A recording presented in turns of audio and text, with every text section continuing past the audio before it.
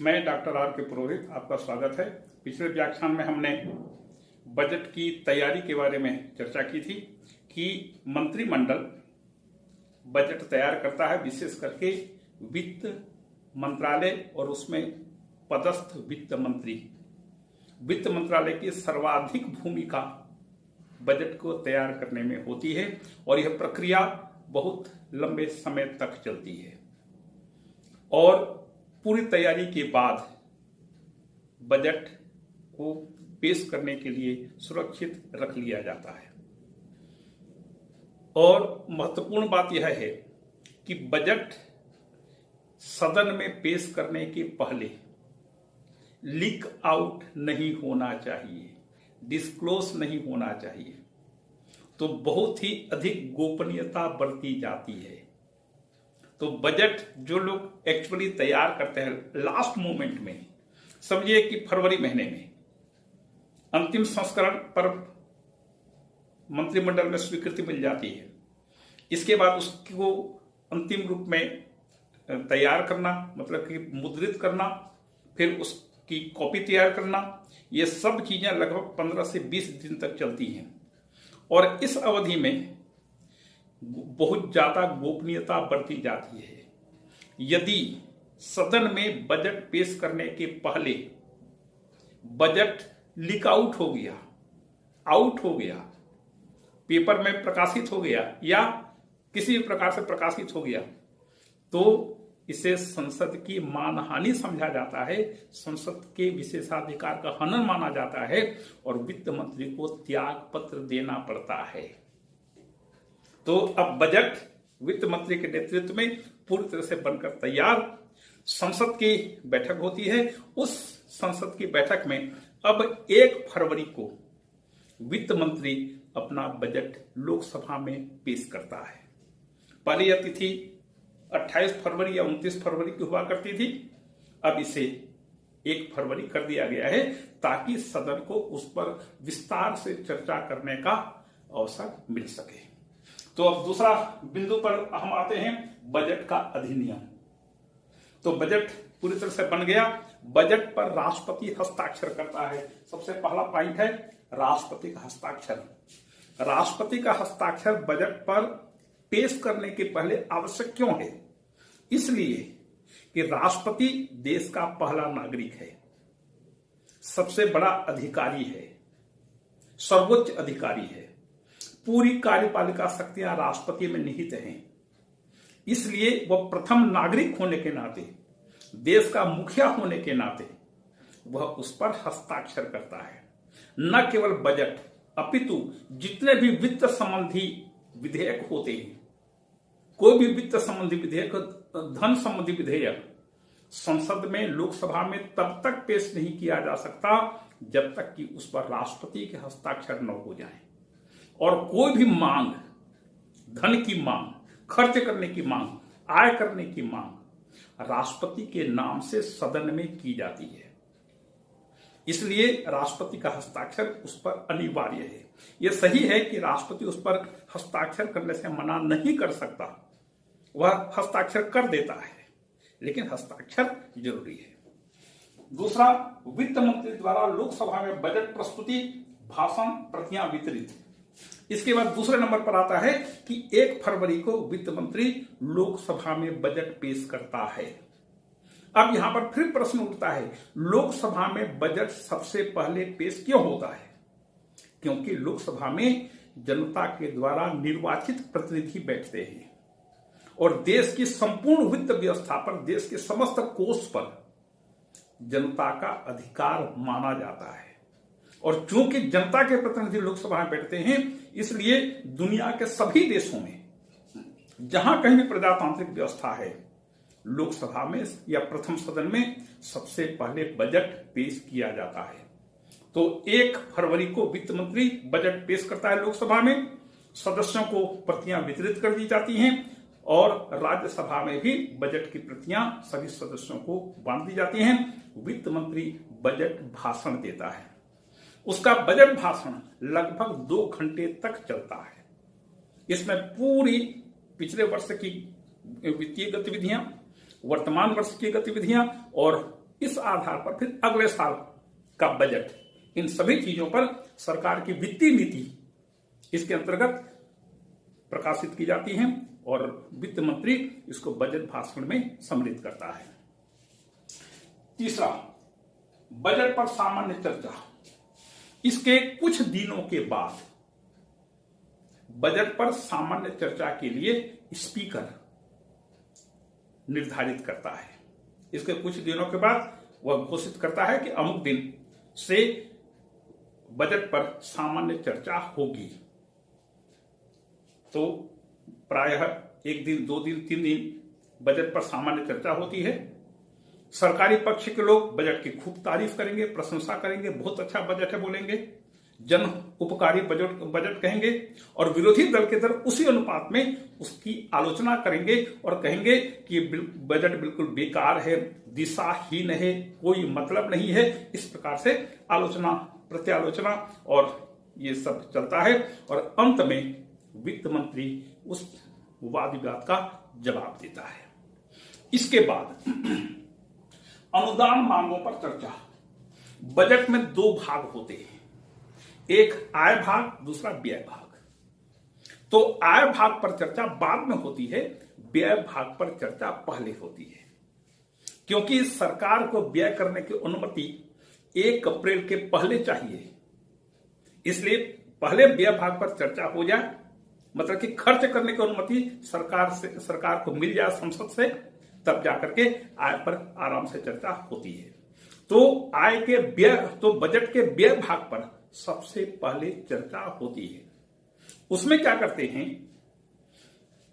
कोई एक मंत्री, जैसे रक्षा मंत्री अपने विभाग का बजट, रक्षा मंत्रालय का, रक्षा विभाग का बजट पेश करेगा लोकसभा में, और उसमें वह जहां जहां पर व्यय किया जाना है उन सभी का विवरण पेश करेगा। वह पिछले वर्ष उसने क्या क्या किया, कौन कौन सी उसकी उपलब्धि हुई, कौन कौन सा उल्लेखनीय कार्य किया, इन सभी चीजों का उसमें वह वर्णन करता है, उसका पूरा डिटेल सदन में पेश करता है। और वर्तमान समय में, मतलब कि अगले बजट में, अभी जिस बजट पर चर्चा हो रही है, उस बजट में क्या क्या प्रावधान और रखे गए हैं, इन सभी चीजों का विवरण वह मंत्री पेश करता है। उसमें जब रक्षा मंत्री अपनी अनुदान मांग पर, मतलब कि रक्षा मंत्रालय को जो खर्च करना है, उस खर्च की मांग वह सदन से कर रहा है, तो वह एक प्रस्ताव पेश करता है कि राष्ट्रपति भारत के राष्ट्रपति को रक्षा मंत्रालय में रक्षा विभाग के लिए रक्षा विभाग में खर्च करने के लिए इतना 1000 करोड़ रुपये की मांग की जाती, मतलब कि इतने 1000 करोड़ रुपए की स्वीकृति सदन प्रदान करे, ऐसा वह पेश करता है। भारत के राष्ट्रपति को, मतलब कि राष्ट्रपति के नाम से अनुदान मांगे पेश की जाती है, मतलब कि वित्त मंत्री राष्ट्रपति के नाम से रक्षा मंत्री राष्ट्रपति के नाम से रक्षा मंत्रालय में खर्च करने के लिए मांग करता है, अनुदान मांग पेश करता है। और फिर रक्षा मंत्री अपने मंत्रालय के बारे में पूरा डिटेल सभी प्रकार की जानकारी देता है, अपनी बड़ाई खुद करता है, जहां तक कमी होती है उसको छुपा देता है, ये तो स्वाभाविक सी बात है। इसके बाद रक्षा मंत्री के द्वारा अपनी अनुदान मांगे पेश करने के बाद फिर सदन में वाद विवाद होता है। विरोधी दल के सदस्य खड़े होकर के बिल्कुल हंगामा करते हैं, हल्ला गुल्ला करते हैं, वाद विवाद करते हैं, तर्क देते हैं, रक्षा मंत्री की बात को झुठलाने का प्रयास करते हैं। इन सब के बाद रक्षा मंत्री फिर जवाब देता है और इसके बाद 5वें नंबर पर आता है कटौती प्रस्ताव। इसके बाद मतदान की स्थिति आती है। मतदान करने के पहले विरोधी दल के सदस्य कटौती प्रस्ताव रखते हैं। ये कटौती प्रस्ताव 3 प्रकार के होते हैं। एक, नीतिगत कटौती प्रस्ताव, मतलब कोई सदस्य रक्षा मंत्रालय की रक्षा नीति के बारे में असहमत है, इसलिए वह प्रस्ताव पेश करता है कि रक्षा मंत्रालय की नीतियां ठीक नहीं हैं, इसलिए उसके बजट को कम कर दिया जाए। यह नीतिगत कटौती प्रस्ताव नीतिगत कटौती प्रस्ताव के अंतर्गत कोई विरोधी दल का सदस्य एक कटौती प्रस्ताव रखते हुए कहता है कि रक्षा मंत्रालय की कोई भी नीति ढंग की नहीं है, देश की सुरक्षा खतरे में पड़ गई है और अनाप शनाप चीजों पर ज्यादा खर्च किया जा रहा है, इसलिए रक्षा मंत्रालय के बजट को, हजारों करोड़ का जो बजट है, उसको कम करके 100 रुपया कर दिया जाए। हंसने की बात है, मतलब यह हुआ कि वह सदस्य रक्षा मंत्रालय की किसी भी नीति से सहमत नहीं है। यह नीतिगत कटौती प्रस्ताव हुआ। दूसरा, सांकेतिक कटौती का प्रस्ताव। यदि मान लीजिए कोई विरोधी दल का सदस्य यह सोचता है कि अमुक नीति, रक्षा मंत्रालय की अमुक नीति बिल्कुल ठीक नहीं है, तो वह प्रस्ताव पेश करता है कि रक्षा मंत्रालय का ये जो 10,000 करोड़ रुपए का बजट है, उसमें से 100 रुपए कम कर दिया जाए। तो जहां हजारों करोड़ की बात हो रही है, वहां पर यदि आप उस बजट से, उस मांग से 100 रुपए कम कर देंगे तो क्या फर्क पड़ेगा? लेकिन नहीं, यह विरोध जताने का तरीका है। दो प्रमुख कटौतियां होंगी।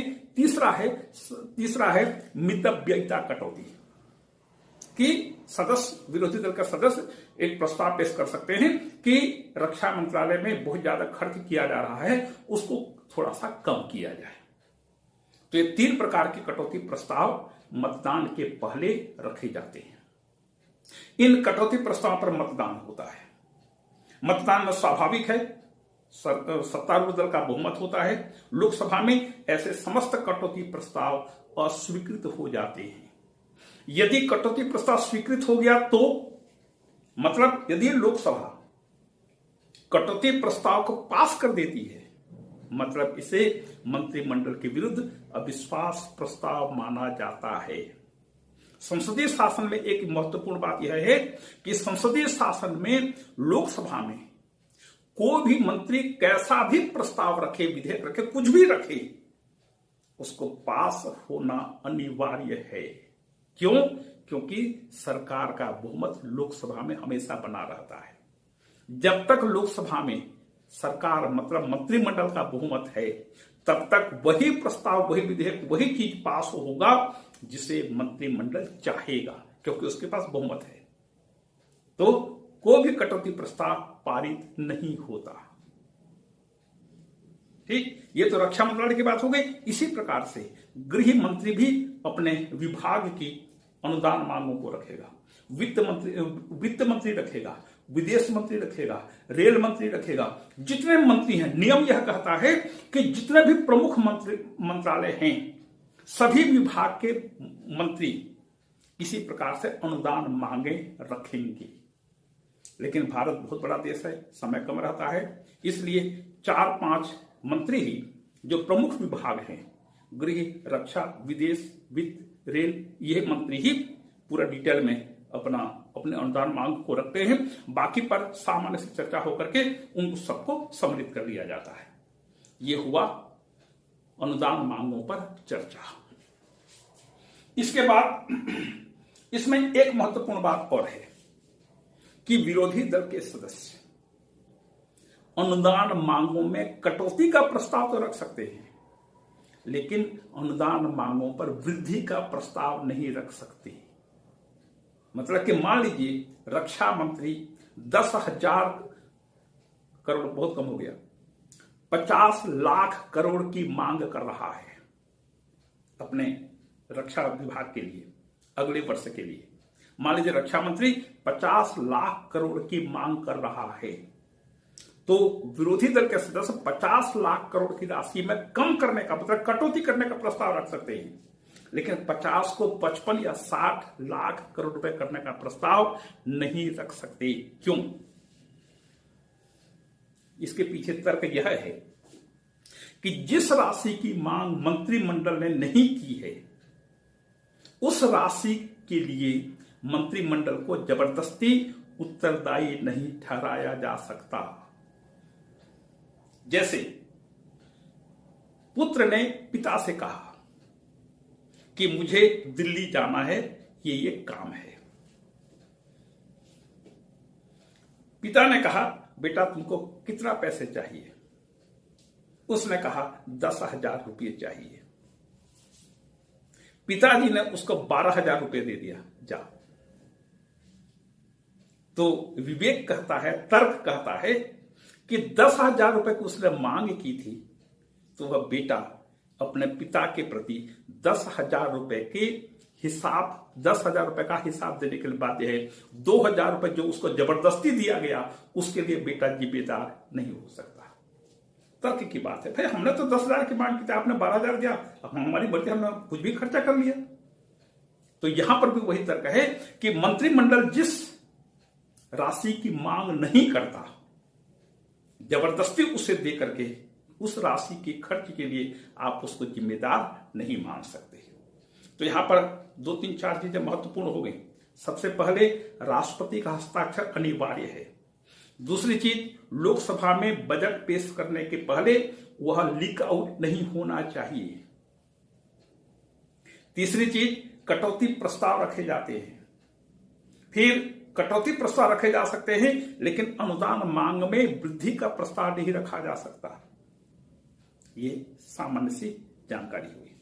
अब आगे देखें, विनियोजन विधेयक पर विचार। जब सभी मंत्रालयों के अनुदान मांगों पर चर्चा हो जाती है, मतलब कि बजट के व्यय भाग पर चर्चा हो जाती है, तब उन सभी खर्चों को समेकित किया जाता है, मिलाया जाता है और संचित निधि पर आधारित जो व्यय है, संचित निधि क्या है? एक ऐसी निधि जिस पर चर्चा हो सकती है लेकिन मतदान नहीं किया जा सकता। जैसे राष्ट्रपति, उपराष्ट्रपति का वेतन, स्पीकर का वेतन, न्यायाधीशों का वेतन, नियंत्रक महालेखा परीक्षक का वेतन। ये ऐसे महत्वपूर्ण लोगों के जो वेतन हैं, निर्वाचन आयोग का वेतन, संघ लोक सेवा आयोग का वेतन और पूरा खर्च, इस खर्चे पर वाद विवाद हो सकता है लेकिन लोकसभा में मतदान नहीं हो सकता। ये संचित निधि की विशेषता होती है। तो संचित निधि के अंतर्गत जो भी खर्च सरकार पेश करती है, लोकसभा उसमें कटौती नहीं कर सकती। मतलब अब उन सभी व्यय को, सरकार के जितने भी व्यय हैं, इन सभी व्ययों को एक साथ मिला करके उसको विनियोजन विधेयक का नाम दिया जाता है और उस विनियोजन विधेयक को वित्त मंत्री लोकसभा में पेश करता है। विनियोजन विधेयक क्यों पेश करता है? कि जिन मांगों पर सदन ने चर्चा की, उस खर्च को वैधानिक या कानूनी रूप देने के लिए उसे विनियोजन विधेयक का नाम दिया जाता है। अब विनियोजन विधेयक को पेश करेगा वित्त मंत्री, सदन में चर्चा होगी, 2-4 दिन या 2-4 घंटे चर्चा होने के बाद उस पर अंतिम रूप में मतदान होगा। और इस मतदान में मतलब बजट के व्यय भाग पर ये अंतिम रूप में यहां पर वाद विवाद हुआ। वाद विवाद पेश होने के बाद वित्त मंत्री ने जवाब दिया, जवाब देने के बाद फिर मतदान होगा। तो सभी व्यय, विनियोजन विधेयक पर विचार, सदन द्वारा पारित अनुदान मांगों को कानूनी रूप दिया जाता है, विनियोजन विधेयक का मतलब हुआ। और सभी प्रकार के व्यय जिसमें संचित निधि सहित सभी प्रकार के व्यय सम्मिलित है, इन सब पर मतदान होगा। मतदान में पारित तो होगा ही क्योंकि मंत्रिमंडल का बहुमत है। पारित हो जाने के बाद स्पीकर उस पर हस्ताक्षर करता है और एक प्रमाण पत्र देता है कि मैं प्रमाणित करता हूं कि यह विधेयक वित्त विधेयक है या धन विधेयक है। इस प्रकार से प्रमाण पत्र देता है। प्रमाण पत्र देकर के सिग्नेचर करता है। सिग्नेचर करने के बाद वह व्यय भाग का, वह बजट का जो भाग है, उसे भेज देते हैं राज्यसभा में। विधेयक राज्यसभा में, राज्यसभा 14 दिनों तक उसे रोक कर रख सकती है। मतलब 14 दिन टाइम है उसके पास उस विधेयक पर विचार करने के लिए। इस 14 दिन के अंदर यदि राज्यसभा पास कर देती है, बहुत बढ़िया। यदि 14 दिन के अंदर राज्यसभा ने पास नहीं किया तो यह माना जाता है कि राज्यसभा ने उसको पास कर दिया। 14 दिन का टाइम है, पास करिए तो ठीक, पास न करिए तो ठीक, आगे की कार्यवाही फिर शुरू हो जाती है। यदि मान लीजिए इन 14 दिनों के अंदर राज्यसभा ने बजट पर विचार किया और उसमें कुछ संशोधन सुझाए, राज्यसभा यदि उस पर कुछ संशोधन की मांग करती है, संशोधन का प्रस्ताव पारित हो जाता है उस बजट पर जिसे लोकसभा ने पास कर दिया है, तो उस संशोधन पर विचार करना या न करना लोकसभा की मर्जी पर निर्भर करता है। मतलब सरकार चाहे तो उस पर विचार होगा, सरकार न चाहे तो सदन उस पर विचार नहीं करेगा। तो केवल वह सुझाव दे सकती है राज्यसभा, अन्यथा उसका कोई अधिकार नहीं है। 14 दिन के अंदर कोई रिप्लाई नहीं दिया राज्यसभा ने तो भी माना जाता है कि राज्यसभा ने उसको पास कर दिया। अब 8वां है राष्ट्रपति का हस्ताक्षर। क्योंकि व्यय भाग पर लोकसभा ने विचार करके पास कर दिया है, राज्यसभा की भी स्वीकृति मिल गई है, अब राष्ट्रपति के पास भेजा जाता है, राष्ट्रपति उस पर हस्ताक्षर कर देते हैं। राष्ट्रपति उस पर हस्ताक्षर करने से मना नहीं कर सकते। मतलब ये सब काम 31 मार्च के पहले तक हो जाना अनिवार्य है, अन्यथा 1 तारीख से 1 अप्रैल से सरकार पूरी ठप पड़ जाएगी। ये बजट का व्यय भाग। अब 9वां पॉइंट देखिए, वित्त विधेयक पर विचार। बजट के 2 भाग होते हैं, आय और व्यय भाग। व्यय भाग पर चर्चा हो गई, सदन ने पास, संसद से स्वीकृति मिल गई, राष्ट्रपति का हस्ताक्षर हो गया, 1 अप्रैल से फिर सरकार को खर्च करने की अनुमति मिल गई नए बजट के अनुसार। अब बचा बजट का आय भाग कि सरकार को किन किन स्रोतों से आय की प्राप्ति होनी है। इसमें महत्वपूर्ण बात यह है कि उस आय भाग को वित्त विधेयक के रूप में वित्त मंत्री सदन में पेश करता है और सदन में पेश करते हुए सरकार की कराधान नीति की घोषणा करता है। मान लीजिए किसी कर में कोई परिवर्तन करना है तो सदन में उसको रखा जाता है। यदि कर की दरों में परिवर्तन नहीं करना है, यथावत रखना है, उसको दोबारा स्वीकृति के लिए सदन में रखने की आवश्यकता नहीं पड़ती। ये कराधान नीति के अंतर्गत सम्मिलित होता है। अब उस पर वाद विवाद होगा। आय विधेयक, वित्त विधेयक सदन में पेश हुआ वित्त मंत्री के द्वारा, कराधान नीति की घोषणा हुई, उस पर वाद विवाद होता है।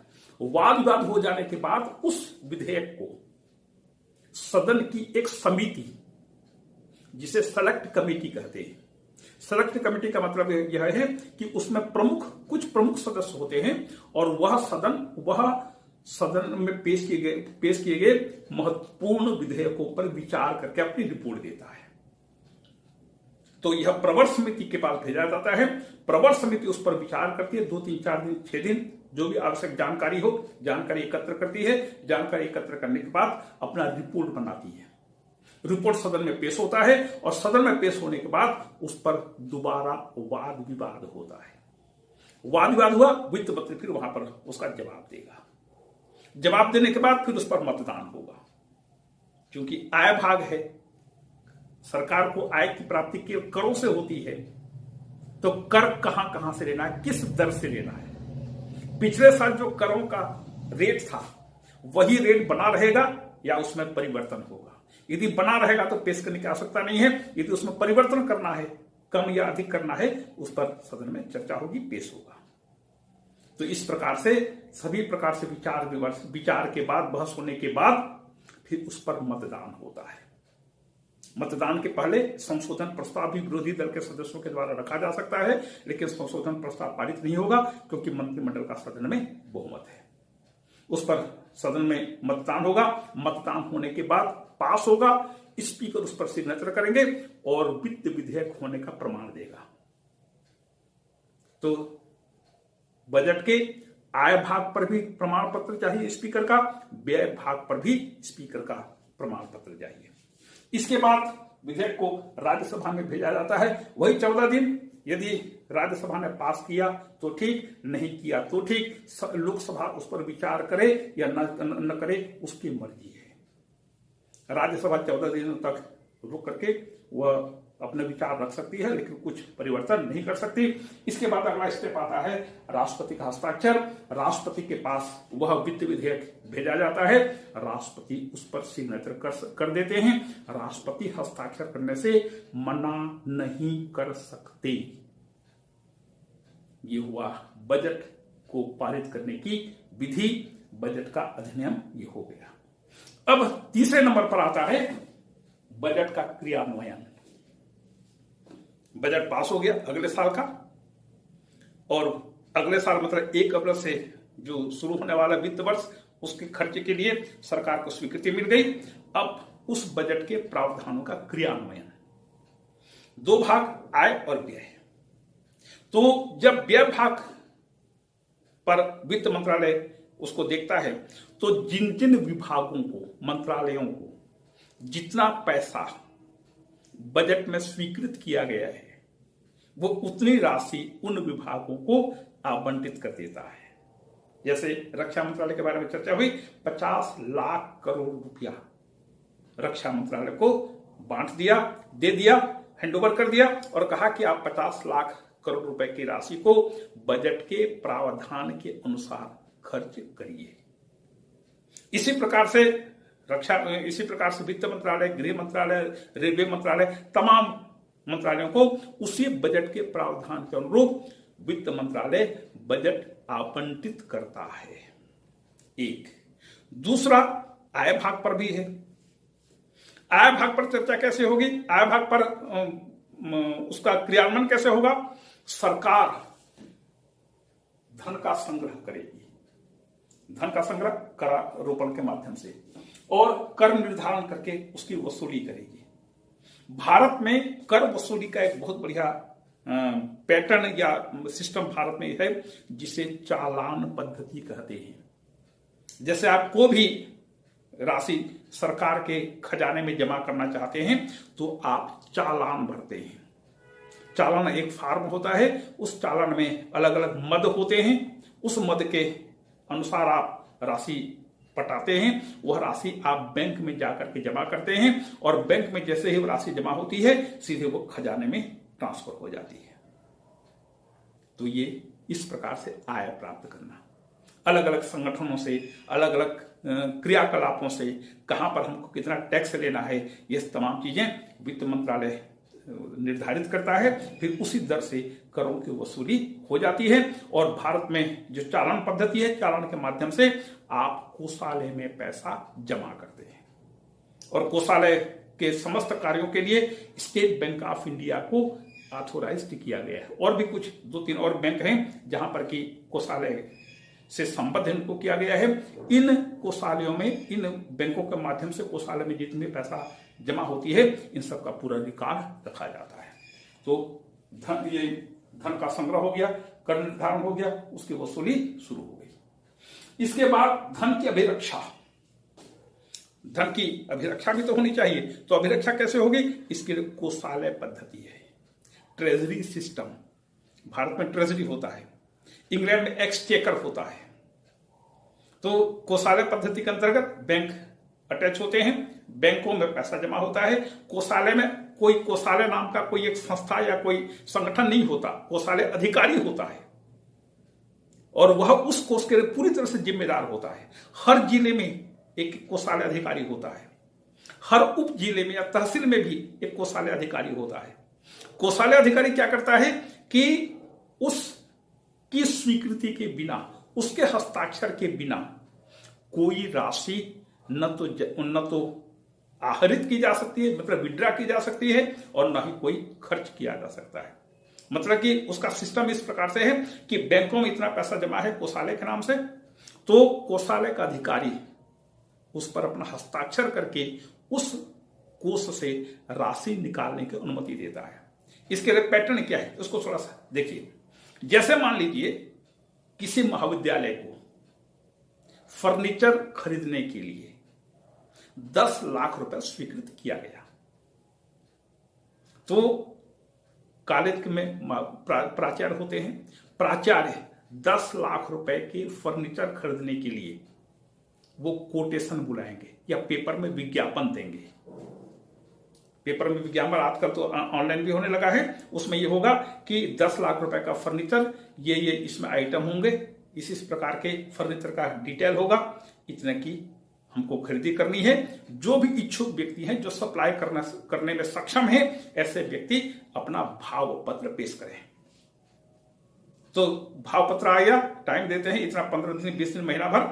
जैसे भाव पत्र आया उनको ओपन किया जाता है, सबसे देखा जाता है कि सबसे कम भाव किस एजेंसी का है, लेकिन क्वालिटी भी मेंटेन होनी चाहिए। जो क्वालिटी मांगी गई थी उस क्वालिटी को मेंटेन करते हुए करना चाहिए। तो उस एजेंसी को फिर 10 लाख रुपए फर्नीचर खरीदने के लिए आदेशित किया जाता है। फिर वह जब फर्म आपको पूरा सामान की सप्लाई कर देगा और वह अपना बिल पेश करेगा, ये रहा 10 लाख रुपए का बिल। प्राचार्य, महाविद्यालय के प्राचार्य उसके आधार पर बिल बनाएंगे। बिल बना करके कोषालय में पेश करेंगे।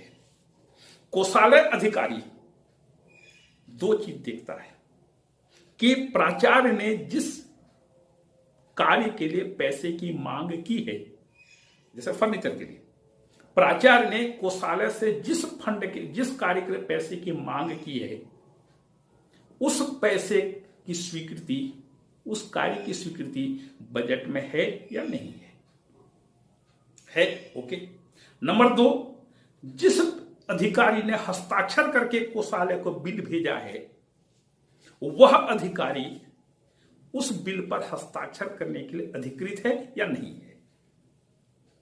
2 चीजें देखता है। ये दोनों चीजें ओके है कि हाँ ये अधिकारी अधिकृत है हस्ताक्षर करने के लिए बिल में, और उस काम के लिए बजट 10 लाख रुपए स्वीकृत है, तो दोनों को देख करके कोषालय अधिकारी उस बिल को पास कर देता है। उस बिल को पास कर देता है, और आजकल सब तो ऑनलाइन सिस्टम हो गया। जब बैंक में वह बिल जाएगा या कोषालय में जाएगा, तो कोषालय सीधे उस व्यक्ति के, उस एजेंसी के खाते में 10 लाख रुपए ट्रांसफर कर देगा। ये उसका सामान्य सा सिस्टम ये खर्च करने का है भारत में। अच्छा, फिर कोषालय पद्धति, कोषालय अधिकारी, इसमें महत्वपूर्ण बात यह है कि कोषालय में जितना भी पैसा जमा हुआ, जिला कोषालय, तहसील कोषालय या और अन्य भी छोटे स्तर के कोषालय, जिन कोषालयों में जितना भी पैसा जमा हुआ, जितना पैसा निकाला गया, इन सब का पूरा हिसाब ये कोषालय सेंट्रल गवर्नमेंट का है तो नियंत्रक महालेखा परीक्षक को पूरी रिपोर्ट भेजेंगे, और यदि राज्य सरकार का है तो महालेखाकार अकाउंटेंट जनरल को रिपोर्ट बनाकर भेजते हैं कि राज्य सरकार के खाते में इतना पैसा जमा हुआ, इतना पैसा निकाला गया, खर्च हुआ।